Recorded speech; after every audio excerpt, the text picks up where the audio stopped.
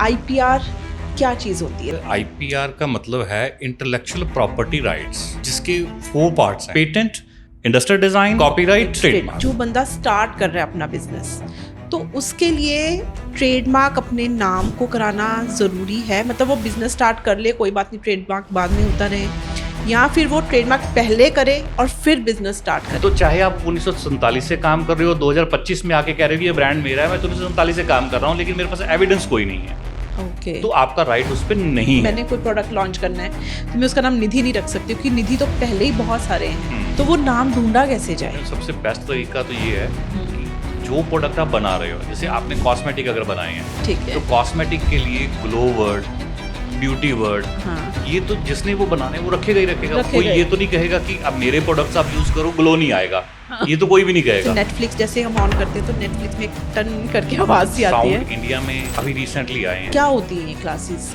कितनी क्लासेस होती हैं? सर जैसे एप्पल है, एप्पल एक फ्रूट भी है और एप्पल के फोन भी है, एक सरदार बख्श और एक स्टार बक्स, जबकि स्पेलिंग बिल्कुल डिफरेंट है। जैसे सर चौरसिया पान भंडार या पंछी पेठा, फ्रेंड्स ढाबे की दाल, कैसे पता चले जो ओरिजिनल कौन सा है?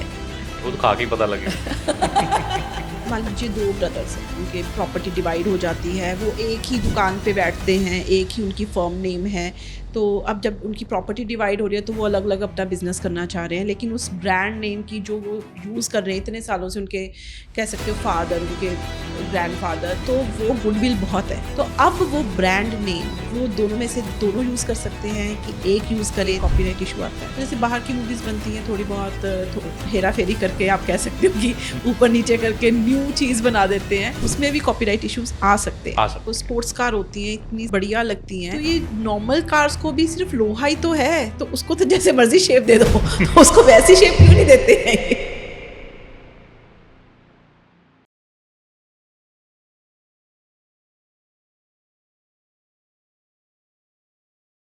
क्या आप किसी कंपनी के फाउंडर हो? क्या आपने कोई नया स्टार्टअप शुरू किया है, या ऑलरेडी आप कोई बिजनेस चला रहे हो बहुत सालों से, या नया बिजनेस शुरू करने की ट्राई कर रहे हो, तो ये एपिसोड आपके लिए है। क्या आपने अपना ब्रांड नेम रजिस्टर कराया है? ये ट्रेडमार्क क्या होता है? इसका फायदा क्या होता है? इन्हीं सवालों के जवाब लेने के लिए आज हमारे साथ हैं गगनदीप जी, जो कि एक आईपीआर कंसल्टेंट हैं और पिछले 20 ईयर से ब्रांड नेम, ब्रांड आइडेंटिटी और ब्रांड्स के लिए काम कर रहे हैं। तो वेलकम सर। थैंक यू जी। सर, आईपीआर क्या चीज होती है? सबसे पहले आप हमें ये बताइए। आईपीआर का मतलब है इंटेलेक्चुअल प्रॉपर्टी राइट्स, ओके, जिसके 4 पार्ट्स हैं। First part is patent.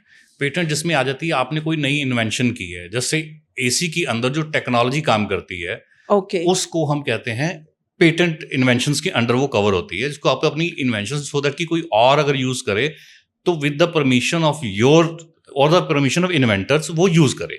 Okay जी। जब आपने कोई इन्वेंशन कर ली, उसके बाद आपने उसका प्रोडक्ट जो बनाया, वो एसी तो सारे एसी हैं या फोन सारे फोन हैं, लेकिन उनकी जो शेप है वो डिफरेंट है।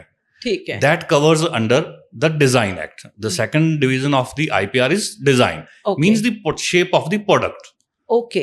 एंड देन जब आपका प्रोडक्ट भी रेडी हो गया, उसकी शेप भी रेडी हो गई, देन उसके ऊपर आपने कुछ आर्टिस्टिक वर्क किया, जैसे उसकी कोई डिजाइनिंग ऊपर की है, कोई पिक्चर्स बनाई हैं, that covers under the copyright.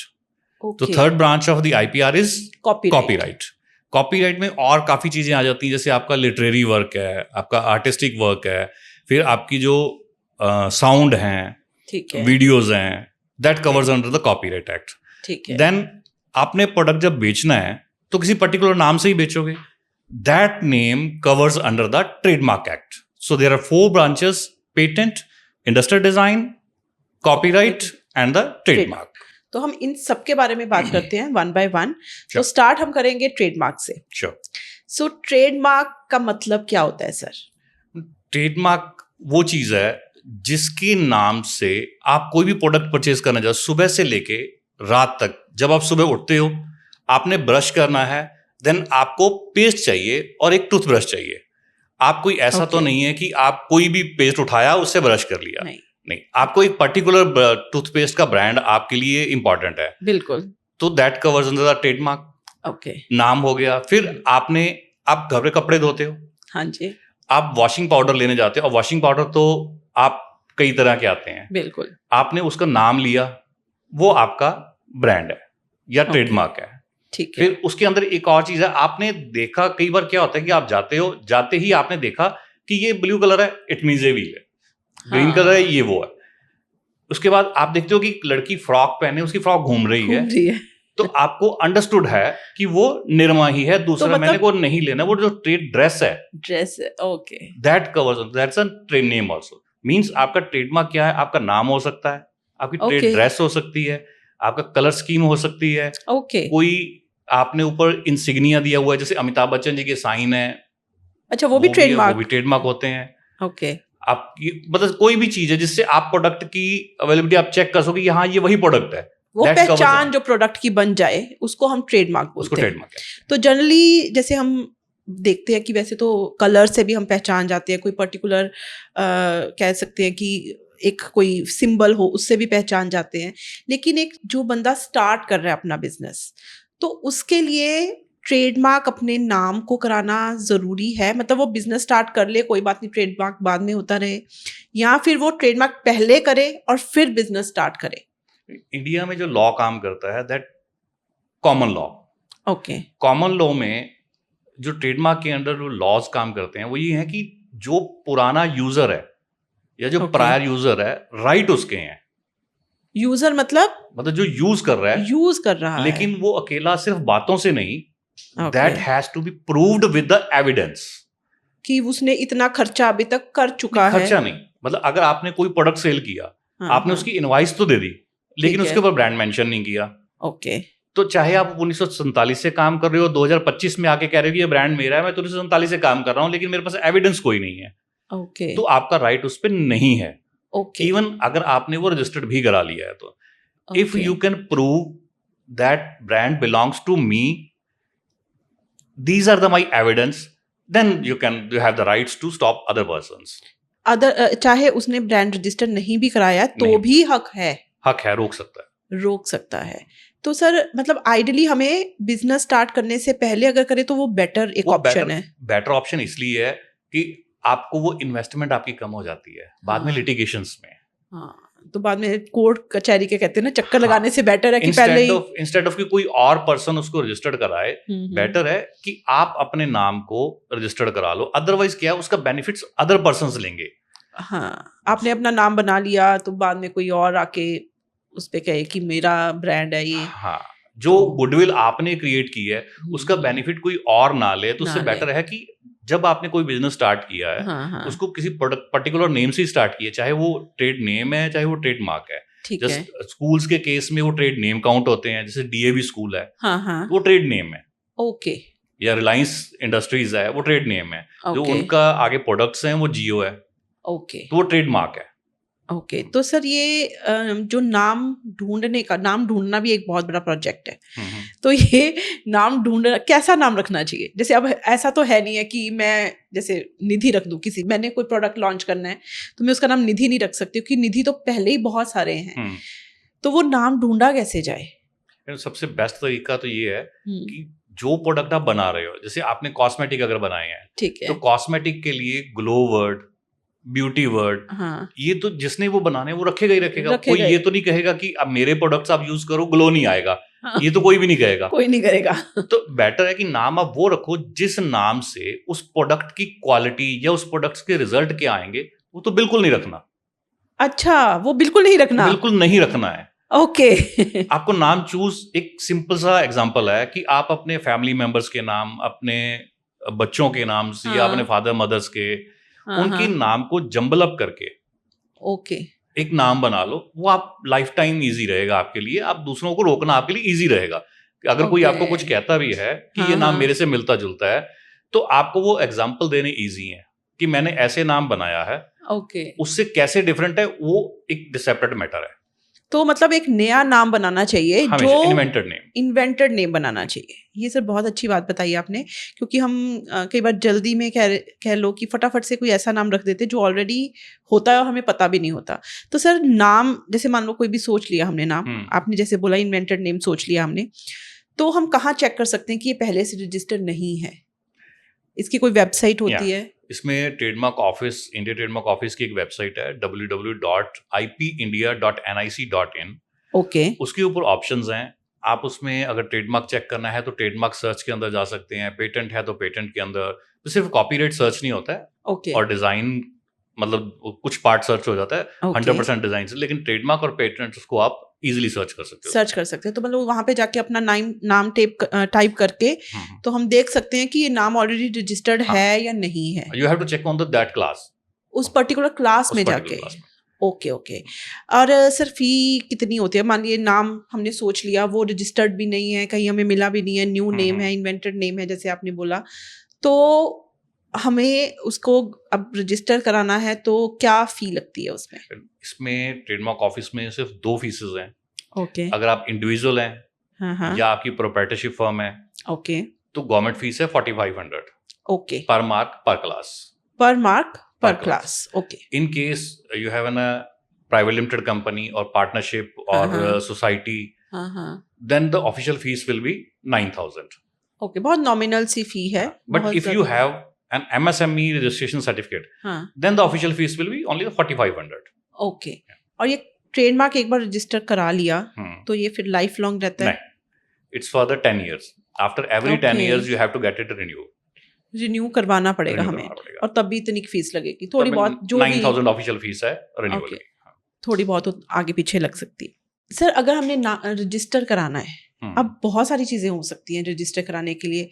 एक तो नाम आपने बताया, फिर सिंबल भी होता है, सिंबल भी होता है जी। तो लोगो भी होता है, तो वो भी अलग से रजिस्टर होते हैं या एक साथ भी करा सकते हैं? जिस चीज पे आपने राइट क्लेम करने हैं हाँ हाँ that has to be filed separately. Okay जैसे नाइकी है, हाँ नाइकी का एक वो टिक साइन है, टिक साइन है, एक नाइकी है NIKE लिखा हुआ है, हाँ एक एक नाइकी को लिखने का पर्टिकुलर स्टाइल है और पर्टिकुलर कलर है। फॉन्ट अलग है, फॉन्ट अलग, फॉन्ट पर्टिकुलर फॉन्ट है या कलर? फॉन्ट पे आप राइट क्लेम नहीं कर सकते, लेकिन पर्टिकुलर कलर्स पे आप राइट क्लेम कर सकते हो कि मेरे जो Okay. ब्रांड्स के कलर हैं वो ब्लू और येलो ही हैं, ओके तो आप उन पे भी राइट क्लेम कर सकते हो। ओके। तो जिस जिस चीज पे आपको राइट क्लेम करने हैं that has to be filed separately. Sir sound का भी हो सकता है, जैसे नेटफ्लिक्स जैसे हम ऑन करते हैं तो नेटफ्लिक्स में एक टन करके आवाज सी आती है। साउंड इंडिया में अभी रिसेंटली आए हैं, ओके अदरवाइज यूएस में है। यूएस में है तो Yes. साउंड पे भी ट्रेडमार्क हो सकता है। हो सकता सर जैसे डायलॉग्स बोलते हैं मूवीज में, जैसे बहुत ही फेमस डायलॉग्स हो जाते हैं कई बार, तो उन पे भी वो ट्रेडमार्क होते हैं या वो कॉपीराइट में आते हैं? दोनों में। ट्रेडमार्क में कैसे आते हैं सर? ट्रेडमार्क में साउंड रजिस्टर्ड हो जाती हैं, ओके उसमें आपको साउंड्स के साथ वो, मतलब जैसे आप नाम रजिस्टर कराएं तो आपको नाम लिखना है वहां पे, बट ठीक है साउंड रजिस्टर कराने के उसकी वो साउंड्स रिकॉर्डिंग्स वहां पे जाएंगी। ओके। बट सर इसका बेटर जो वर्जन है रजिस्ट्रेशन का वो कॉपीराइट ही है। कॉपीराइट है। हाँ। सर जैसे हमने लोगो सोच लिया but we have not thought about the colours, तो हम अपना लोगो क्या ब्लैक एंड वाइट या कोई बेसिक्स कलर में भी करा सकते हैं? Then it's better to go for with the black and white without Okay. Any colour. Without any colour, तो उसमें कलर फिर उसके बाद जब हम यूज कर रहे हैं तो उसको कोई कलर भी दे सकते हैं? हाँ, then you have the right on every colours. Okay तो कोई भी यूज कर सकते कोई भी हैं, use कर राइट? ठीक है सर। सर अभी आपने थोड़ी देर पहले बात करी थी क्लासेस की, तो क्या होती हैं ये क्लासेस, कितनी क्लासेस होती हैं, वो जरूर बताइए प्लीज हमें। ट्रेडमार्क ऑफिस ने 45 क्लासेस अब्रॉड की हैं, Okay. जिसमें से 1st to 34 for the goods.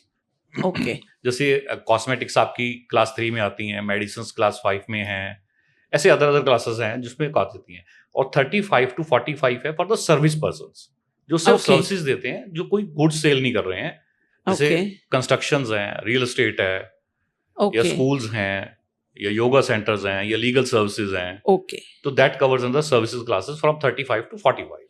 तो एक नाम हम एक क्लास में रजिस्टर करा सकते हैं, दूसरा नाम मतलब वही नाम हम बाकी क्लासेस में भी रजिस्टर करा सकते हैं? हाँ, अगर आपका मल्टीवर्सल बिजनेस है, जैसे आप गुड्स भी सेल कर रहे हैं या आप रिटेल सेक्टर्स में भी हैं, जैसे ठीक आपने है। एक कॉस्मेटिक का बिजनेस शुरू किया तो वो हाँ, कवर्स हो गया क्लास 3 में, ठीक है। और उसके बाद आपने उसके रिटेल स्टोर्स भी ओपन किए हैं ओके उसी नाम से, हाँ तो आप क्लास 35 में भी फॉल करोगे। ओके, तो डिफरेंट डिफरेंट क्लासेस हैं। Different classes. सर जैसे एप्पल है, एप्पल एक फ्रूट भी है और एप्पल के फ़ोन भी हैं, कंप्यूटर्स भी हैं, ना जाने क्या क्या है। तो एप्पल नाम बड़ा ही बेसिक सा नाम लगता है। तो अगर कोई एप्पल लिखता है तो क्या वो फिर आएगा ट्रेडमार्क वायलेशन में या कुछ? आएगा, बिल्कुल आएगा। एप्पल अगर आप फ्रूट्स के लिए कर रहे हैं, हाँ, देन तो वो डिस्क्रिप्टिव है। अगर किसी ने एप्पल बेचने, वो एप्पल ही लिखेगा। हाँ, एप्पल लिखेगा। उसको बनाना तो लिख नहीं सकता, ना ही ठीक है, लीची लिखेगा। ठीक है। लेकिन एप्पल का जिस सेगमेंट में एप्पल फोन्स है, हम्म। एप्पल का कोई लेना देना नहीं है उससे। ओके, ना ही कोई उसका क्वालिटी है, ना ही कोई ओके, उसके रिजल्ट्स हैं। सो ओके, एप्पल उसके लिए डिस्क्रिप्टिव नहीं है, वो उसके लिए बेसिक वर्ड नहीं है, उसके लिए कोई ओके। इन्वेंटेड वर्ड है। तो अगर मैं चाहूँ कि मुझे एप्पल की let us suppose may be mugs मुझे सेल करने हैं, या मे बी मुझे एप्पल की टी शर्ट्स सेल करनी है, तो मैं वो एप्पल वर्ड, क्योंकि वो क्लास अलग हो गई है, तो मैं उसमें यूज़ कर सकती हूँ? एप्पल एक लॉ है, well known law, okay, well known trademarks का, जिसमें अलाउ करती है आइदर ट्रेडमार्क ऑफिस और द कोर्ट्स। ओके, तो एप्पल को वो प्रोटेक्शन है उसमें, no one can use the word Apple in any kind of fields, okay. So they can stop you. तो एप्पल हम सिर्फ खाने के लिए यूज़ खाने कर के लिए कर सकते हैं। या फिर लैपटॉप या फ़ोन में यूज़ कर हाँ, सकते वो भी हैं, उन्हीं के ही। वो भी उन्हीं के ही। हाँ, और कहीं यूज़ नहीं कर हाँ, सकते हैं। ठीक है। सर तो ऐसा भी बहुत बार देखा गया है कि मान लीजिए कि मैंने अपना ब्रांड स्टार्ट कर लिया, किसी भी नाम से स्टार्ट कर लिया, इन्वेंटेड नेम है जैसे हमने, लेकिन मैंने सोचा कि चलो कोई नहीं, करा लेते हैं रजिस्टर, अभी क्या जल्दी है, देखते हैं बिजनेस चलता है नहीं चलता है। तो और एक और बंदे ने वही नाम सोचा बाय चांस, और उसने वो रजिस्टर करा लिया, पर उसने कुछ करा नहीं उसका, वो पड़ा है, चलो ठीक है। और मेरा काम चलो चल गया, थोड़ा मैंने बढ़ा लिया उसको, तो साल 2 साल में अब वो बंदे को जब वो देखता है जिसने रजिस्टर कराया हुआ है कि भाई इसने तो रजिस्टर करा रखा है, अब मैं कुछ पैसे वैसे लेने का सोच सकता हूँ, तो क्या फिर कोर्ट किसकी तरफ ज़्यादा होगी? एक का रजिस्टर्ड है लेकिन एक यूज़ नहीं कर रहा वो, लेकिन दूसरा जो है वो रजिस्टर्ड नहीं है पर वो बहुत साल से यूज़ कर रहा है उसको, उसने अपना नाम बना लिया है, तो इस केस में फिर क्या रिजल्ट्स होते हैं? जैसे मैंने पहले कहा था कि इंडिया में लॉ काम करता है कॉमन लॉ। ओके, तो जिसके पास एविडेंस है कि ये चीज मेरी है, राइट उसी का है। ओके, तो अगर आपने रजिस्टर्ड नहीं कराया है, वो कोई भी रीजन है, चाहे आपको पता नहीं था, या जान के नहीं कराया, या आपके एडवोकेट ने नहीं कराया, अकाउंटेंट ने नहीं कराया, कुछ भी रीजन था, तो वो आप कोर्ट में फाइल लगाओगे, ओके, जिसको कि हम कोर्ट सूट कह देते हैं। वो आपका केस लगेगा पासिंग ऑफ का, क्योंकि आप रजिस्टर्ड ऑनर नहीं है। अगर आप रजिस्टर्ड ऑनर हैं, देन आप केस करोगे इन्फ्रिंजमेंट का। ओके, कोर्ट आपको ग्रांट करेगा कि उसको बंद करे, अच्छा, आप यूज करो।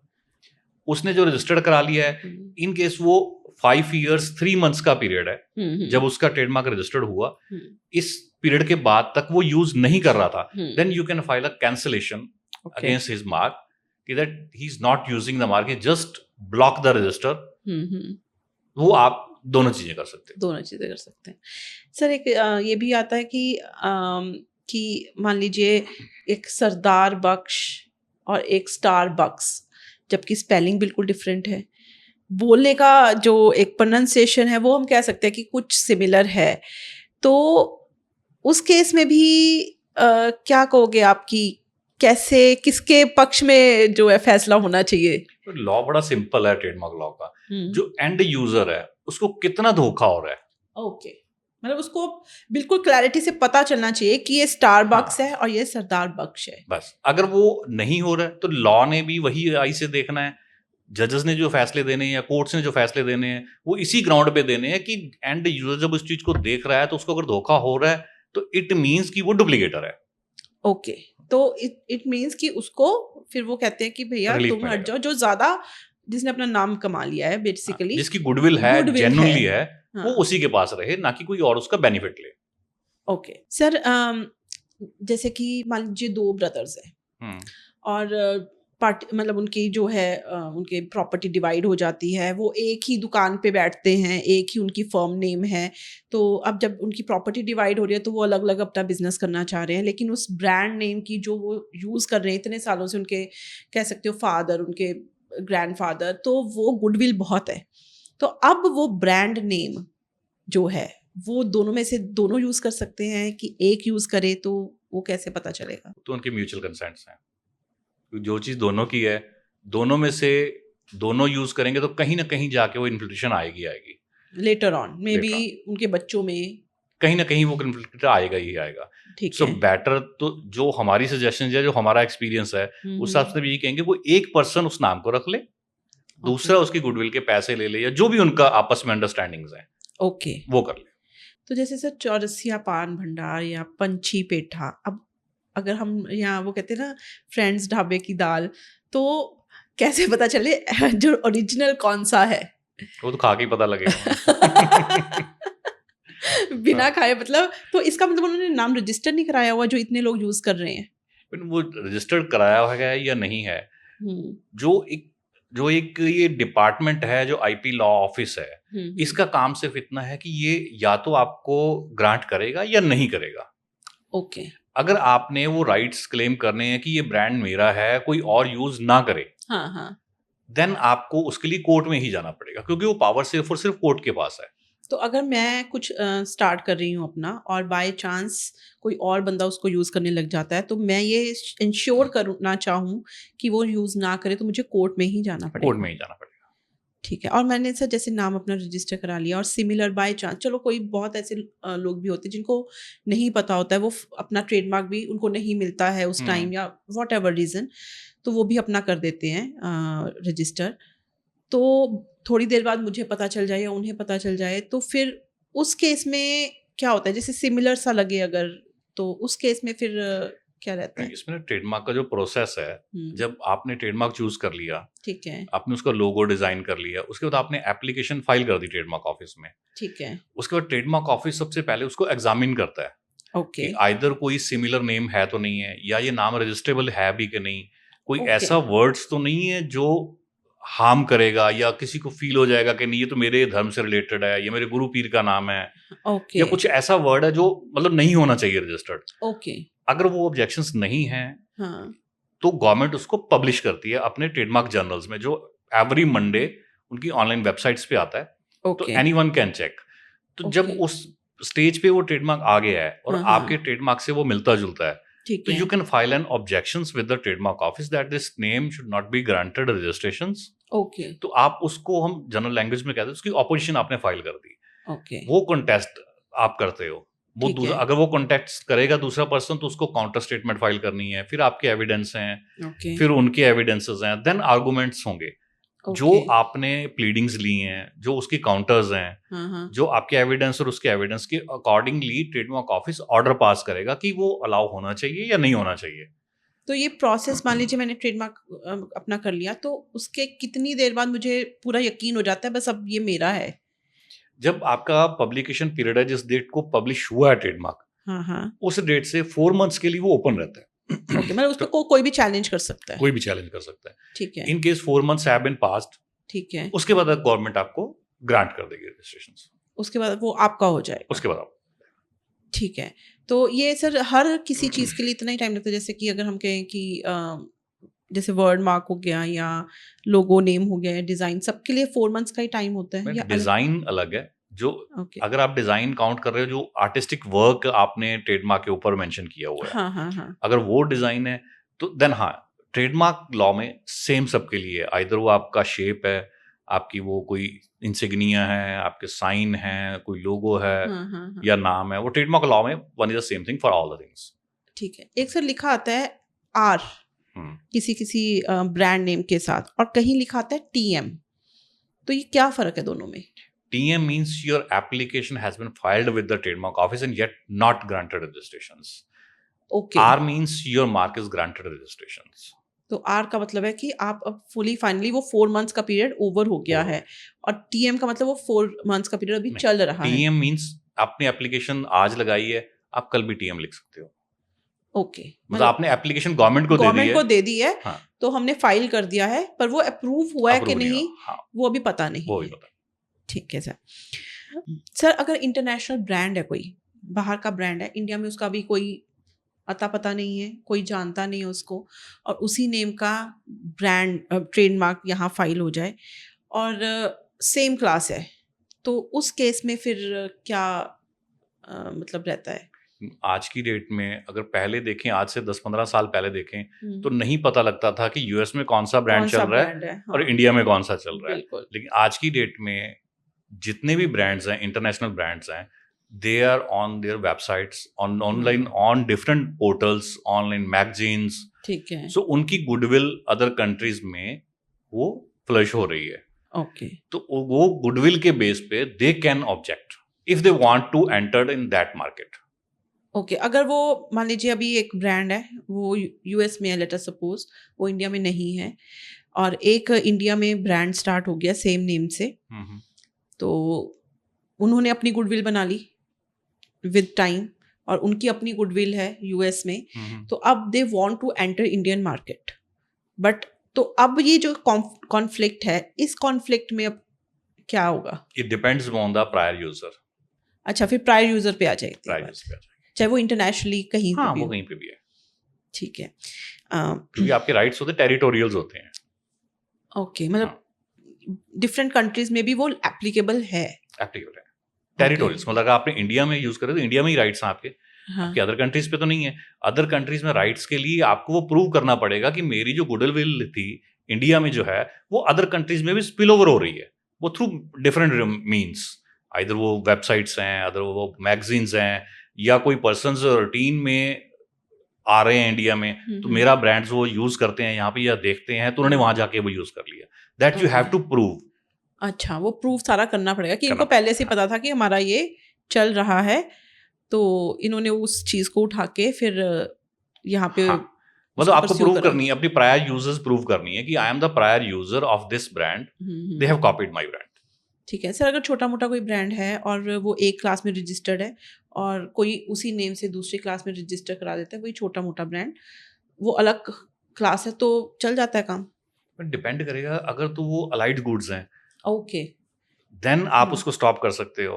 अब जैसे मेडिसिन्स और कॉस्मेटिक एक काउंटर पे सेल होते हैं, बिल्कुल, तो आप उसको उसके लिए प्रोटेक्ट कर सकते हो ओके, कि ये अलाइड गुड्स हैं, तो ठीक है, जो पर्सन कॉस्मेटिक परचेज करने वहां पे जा रहा है, हाँ हाँ हाँ, तो उसने वो मेडिसिन भी देखी, या मेडिसिन परचेज करने जा रहा है तो वो कॉस्मेटिक भी देख रहा कॉस्मेटिक है भी वहां पे, देखा, तो वो तो वहाँ अलाइड पे गुड्स के लिए conflict आप प्रोटेक्शन क्रिएट कर सकते हो। तो वो कॉन्फ्लिक्ट आ जाता हाँ, है। वो कॉन्फ्लिक्ट आ जाता है। अदरवाइज ऐसा नहीं है कि आपने बनाया तो आपने लुब्रिकेंट्स है, आपको मैं तो किसी को कॉस्मेटिक भी नहीं बनाने दूंगा, ठीक है, वो चीज पॉसिबल नहीं है। वो चीज़ पॉसिबल नहीं है। ठीक है, जैसे अपोलो टायर्स है या अपोलो हॉस्पिटल है, तो वो दोनों अलग अलग चीज़ें हो अलग गई अलग हैं, तो उनमें कोई रिलेशन नहीं है आपस में, तो वो यूज़ कर सकते हैं। ठीक है, आपने बताया था कि आईपीआर के 4 पार्ट्स हैं, तो एक पार्ट जो हमने ट्रेडमार्क वो कर लिया है, आपने बता दिया उसके बारे में। सेकंड पार्ट जो है वो आता है पेटेंट का। तो पेटेंट, जैसे आपने बताया था कि कोई न्यू इन्वेंशन हुई उसके ऊपर पेटेंट हो जाता है, जैसे कोई फॉर्मूला नया बनाया किसी ने, मे बी मेडिसिन का या कॉस्मेटिक्स का, उसका भी पेटेंट रहता है? Yes. कोई भी न्यू इन्वेंशन है, अच्छा, कोई भी जो सोसाइटी के बेनिफिट्स के लिए है ओके या इंडस्ट्रियल यूज में आ सकती है, that covers under the patent acts. Okay. और ये सर पेटेंट कोई फाइल करता है तो कितनी देर में पेटेंट मतलब हो जाता है? जो नॉर्मल प्रोसेस है हम्म, वो 18 to 24 मंथ्स, ओके, मतलब तकरीबन 2 साल के 2 आसपास साल लग के जाते आसपास हैं। लग जाते और हैं। वो पेटेंट कितनी देर के लिए उनके पास रहता है? 20 years। 20 ईयर्स, मतलब 20 ईयर्स तक वो ही उस चीज को बना सकते हैं। Inventor can use that invention only, और he can give the right to the other persons और other companies to use companies। That, तो उसके मतलब उनको जो भी मॉनेटरी बेनिफिट्स होते हैं जो वो रॉयल्टी बेसिस और असाइनमेंट, और they can sell their invention also. Okay, तो 20 ईयर्स के बाद फिर कोई भी कर सकता है उसको 20 years के बाद ओपन टू द मार्केट है। ओके सर, एक आपने बताया जो थर्ड पार्ट है विच इज़ कॉपीराइट। तो ये कॉपीराइट इशू ना, जैसे हम भी यूट्यूब पे डालते हैं तो बड़ा ये कॉपीराइट इशू आता है, तो इसके बारे में थोड़ा सा बताइए हमें। कॉपीराइट आपका जिस दिन से आपने कोई प्रोडक्ट बनाया, कॉपीराइट रजिस्ट्रेशन मैंडेटरी नहीं है, बट रजिस्ट्रेशन मैंडेटरी इस वर्जन से हो जाती है कि अगर आपने उसको प्रूव करना है कि ये चीज मेरी ही है, जस्ट आपने Okay. कोई आर्टिकल लिखा है, हाँ हाँ, तो उसको आपको प्रूव करना आपके लिए इजी नहीं है कि आप उसको कि मैं 30 ईयर से इसको लिख रही हूँ या 30 ईयर से मेरा है। अगर आपने उसकी कॉपीराइट रजिस्ट्रेशन कराई तो एटलीस्ट उस पर वो डेट तो मेंशन है ना कि इस डेट को आपने ये एप्लीकेशंस गवर्नमेंट के पास फाइल की थी, ओके तो उस डेट से तो एटलीस्ट वो आपका है। ओके, उस वो डेट से कॉपीराइट आप क्या चीज करा सकते हो, आपने कोई बुक लिखी है, ओके आपने कोई ऐसी आर्टिस्टिक वर्क बनाया, जैसे किसी ने एक डिफरेंट पिक्चर्स बना दी, जैसे ओके किसी धर्मगुरु की, ठीक या है। कोई आपने इमेज बनाई है जिसमें एक डिफरेंट कलर्स हैं जो कि बहुत एक स्वीट सी पिक्चर्स है, हाँ तो हाँ आप वो चीज करा सकते हो, उसको ओके आर्टिस्टिक वर्क में कवर हो जाएगा। ओके फिर आगे आपने कोई नया म्यूजिक बनाया है जो बिल्कुल डिफरेंट है बाकी से, आप उस चीज को साउंड में करा लिया। ठीक है। उसके बाद आगे आपकी मूवीज बनती हैं या मूवीज यूट्यूब चैनल्स पे जो वीडियोस आते हैं हाँ हाँ वो आपके सिनेमेटोग्राफी में आ जाते हैं। तो ओके आप कोई भी चीज है वो सारी एक्सेप्ट नेम और the inner inventions of the product, okay जो भी उसके ऊपर कवर कर रही है वो सारी आपकी कॉपीराइट में कॉपीराइट कवर में होगी। आती है। तो जैसे कि मूवीज बनती है, अब जैसे हम देखते हैं कि साउथ की मूवीज जो हैं उनका रीमेक बड़ा बनता है हम्म, हिंदी में, तो वो इसका मतलब वो कॉपीराइट अपने देते हैं कि हाँ चलो तुम हाँ, बना लो, वो उनसे परमिशंस लेके वो परमिशंस लेके बनाते हैं। तो ये भी बड़ा रहता है कि ये म्यूजिक का भी बहुत रहता है कि ये म्यूजिक जो है वो अ, किसी और सिंगर मतलब किसी और म्यूजिशियन का है, उन्होंने उठा के सेम म्यूजिक थोड़े से अपने लिरिक्स चेंज करके फिर से म्यूजिक को वो रिलीज कर दिया, सॉन्ग को रिलीज कर दिया, तो उसमें भी कॉपीराइट इशू आने के चांसेस रहते हैं। और उसमें कोर्ट इंजंक्शंस भी देता है उनको, कोर्ट उनकी अच्छा साइड से, बट उनको प्रूव करना होता है कि ये मेरा ही है। ये मेरा ही है। हाँ, तो जैसे अब आज की डेट में टी सीरीज के पास काफी म्यूजिक्स हैं, तो टी ओके सीरीज नए सिंगर्स को राइट दे रहा है कि you can use this musics okay in the new versions, okay जैसे रीमेक्स बन के आ रहे हैं नए रीमिक्स गाने। बन के आते हैं, मतलब जो हाँ, पुराने गाने हैं तो उनको नए फॉर्म में जब लेके आते हैं हाँ, तो वो कॉपीराइट इशू होता है, मतलब वो होता आप यूज कर सकते हो उसको, यूज ये कर सकते with the permission of with the the permission owner. Of the owner. ठीक है सर। और जैसे सर ऑथर्स है, जैसे मैं थोड़े दिन पहले ही ना एक देख रही थी, कोई सीरियल था तो उसमें वो राइटर है, तो वो अपनी स्टोरी किसी को सुना देती है, तो किसी डायरेक्टर को या प्रोड्यूसर को सुनाती है, तो वो उसको मना कर देते हैं डायरेक्टर प्रोड्यूसर कि ये भाई ये आपकी स्टोरी नहीं है, ये तो मेरी स्टोरी है, तो मैंने ही लिखी है। डायरेक्टर कहता है कि ये स्टोरी मैंने ही लिखी है, जबकि होती वो लड़की की है। तो इस केस में अपने राइट्स को बचाने के लिए तो उसको पहले कॉपीराइट कराना चाहिए था। जैसे ही आपने कोई भी चीज बनाई है, हाँ उसको अगर आप प्रोटेक्शन के लिए गवर्नमेंट के पास फाइल कर देते हो, तो ठीक है आपके पास प्रूफ है कि इस डेट से एटलीस्ट ये मेरी है। उससे ओके। पहले किसी की है तो that has to be proved with the court, तो वो आपने रजिस्टर करा दिया, कॉपीराइट करा दिया उसका, तो तो वो आपके राइट मतलब सिक्योर हो जाते हैं। आपके राइट सिक्योर हो जाते हैं, फिर उसको उसके ऊपर कोई और मूवी नहीं बना सकता। नहीं बना सकते, आप चाहो तो उसको कोर्ट के थ्रू उसको रोक सकते हो। रोक सकते हैं। तो जैसे बाहर की मूवीज बनती हैं थोड़ी बहुत हेरा फेरी करके आप कह सकते हो कि ऊपर नीचे करके न्यू चीज बना देते हैं, तो उसमें भी कॉपीराइट इश्यूज आ सकते हैं। आ सकते हैं। वो डिपेंड करता है कि ओनर उसको कितना आगे लेके जाना चाहता है, बट या कोई भी चीज है अगर आपकी है, आपके घर पे अगर कोई आके बैठ जाए कि ये घर मेरा है, तो आप उसको रोकते हो या नहीं रोकते प्योरली आपके ऊपर है। कोई थर्ड ठीक है। पर्सन या कोर्ट या गवर्नमेंट आपको नहीं कहेगी कि आप इसको बाहर निकालो, घर तो आपका है। तो वो आपको एक्शन आपको ही लेना आपको पड़ेगा। ही लेना पड़ेगा। हाँ, तो फाइल कुछ भी प्रॉब्लम हो, चाहे वो ट्रेडमार्क में हो, चाहे वो पेटेंट में हो, चाहे कॉपीराइट में हो, तो जो ओनर है जिसको लग रहा है कि मेरे साथ कुछ गलत हो रहा है, उसको ही एक्शन उसको लेना ही पड़ेगा। लेना पड़ेगा। ठीक है। एक सिंपल सी एग्जांपल है, हम्म। जब छोटा बच्चा एक्शन लेता है, रोता है, तभी माँ उसको दूध देती है, अदरवाइज उसको दूध नहीं मिलता है। हाँ same same goes same, there, मतलब आपको एक्शन लेना आपको ही पड़ेगा। आपको ही पड़ेगा लेना। ठीक है सर। सर एक आपने बताया था जो फोर्थ पार्ट आता है हमारा ट्रेडमार्क का, दैट इज इंडस्ट्रियल डिजाइन। तो इंडस्ट्रियल डिजाइन को प्लीज थोड़ा इलेबोरेट करिए आप इसको। कोई भी प्रोडक्ट की शेप है, ठीक है। कार्स हैं, हम्म, कार अगर आप मर्सिडीज की कार देखोगे तो वो भी कार है, हम्म, BMW भी कार है, वेलेफायर भी कार है, हम्म, और ऑडी भी कार है। हाँ लेकिन आप उनको पहचानते कैसे हो? एक तो जो उनके ऊपर लोगो लगा हुआ है, वो एक उनके नाम से, दूसरा उनकी शेप देख के आप डिजाइन पहचानते से। हो ठीक है। कि ये BMW है, ये मर्सिडीज है। तो वो जो शेप है that covers under the industrial design which covered under the patent law only. Okay. वो ना मेरा बेटा थोड़े दिन पहले मुझे कह रहा था, मम्मा ये जैसे इतनी जो स्पोर्ट्स कार होती हैं इतनी बढ़िया लगती हैं, तो ये नॉर्मल कार्स को भी सिर्फ लोहा ही तो है, तो उसको तो जैसे मर्जी शेप दे दो तो उसको वैसी शेप क्यों नहीं देते हैं ये? तो मतलब कि पेटेंट होती हैं, पेटेंट होती हैं। तो ऐसे हम यूज मतलब कोई भी दूसरी कंपनी उसको ऐसे यूज नहीं कर नहीं सकती। कर सकते। ठीक है। और सर जैसे मैंने सुना था कि जो कोका कोला की बॉटल है उसका डिज़ाइन भी जो है वो उन्होंने वो करा रखा है हाँ। इंडस्ट्रियल डिजाइन्स में। कोई मतलब मेरा कहने का वही मतलब जो कोई भी प्रोडक्ट है, आइदर वो बॉटल है आपकी, जो ऑयल्स की बॉटल्स आती हैं, विस्की हाँ। की बॉटल्स हैं, फोन्स हैं, ओके, इवन देन आपके जो मग्स घर में आप यूज करते हो वो भी डिजाइन होते हैं। वो भी डिजाइन्स मतलब कोई होते भी हैं। प्रोडक्ट की शेप आपने एक डिफरेंट शेप बना ली जिससे कि आपकी आइडेंटिटी बन गई, ठीक है, तो वो आपकी इंडस्ट्रियल डिजाइन में ही रजिस्टर्ड होगी वो। तो इंडस्ट्रियल डिजाइन में रजिस्टर होगी, ठीक है। तो मतलब आप कह रहे हो कि जो भी आप सोच रहे हो कुछ करने का नया, हाँ, चाहे वो बिजनेस हो, चाहे वो अपने यहाँ डिज़ाइन बना रहे हो, चाहे आप कुछ लिख रहे हो, कोई आप कहानी लिख रहे हो या कुछ नई इन्वेंशन कर रहे हो, तो हर किसी केस में आपको पहले उसको रजिस्टर कराना ज़रूरी है ताकि बाद में कोई भी कोर्ट केसेस के चक्रों से आप बच सको। हाँ, मतलब आप फर्दर लिटिगेशन से बचने के लिए बेटर है कि you have to file the applications prior to start the business, हाँ, तो सो दैट कि आप वो फ्यूचर की जो इन्वेस्टमेंट्स हैं, फर्दर जो लिटिगेशन इन्वेस्टमेंट्स हैं, उसको आप सेव कर सको। सर इस सब के लिए जैसे छोटा मोटा कोई बिजनेस स्टार्ट करना चाहता है तो वो जीएसटी नंबर फिर तभी फाइल हो सकता है, पेटेंट मतलब ट्रेडमार्क, जीएसटी की जरूरत रहती है या नहीं? जीएसटी मैंडेटरी नहीं है उसके लिए। अच्छा।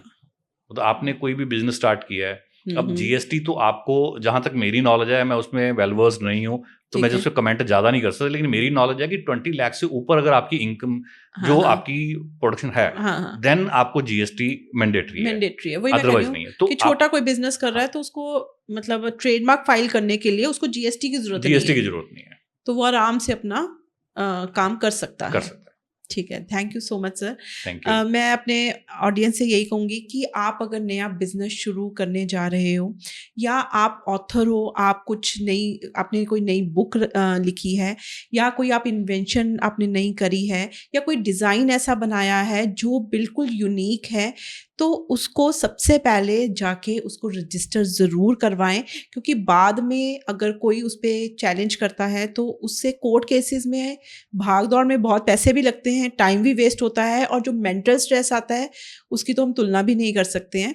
तो कोई भी आप बिजनेस शुरू करना चाहते हैं तो पहले सबसे पहले जाके अपना ट्रेडमार्क रजिस्टर ज़रूर कराएं, क्योंकि बहुत सारे आजकल स्टार्टअप्स आ रहे हैं तो वो उनको पता ही नहीं चलता कि हम कब नाम अपना रजिस्टर कराएं, कहाँ कराएं, कैसे कराएं। तो thank you so much sir, ये बहुत अच्छी इन्फॉर्मेशन आपने दी है और बहुत ही सिंपल शब्दों में दी है। Thank you. Thank you so much. Thank you.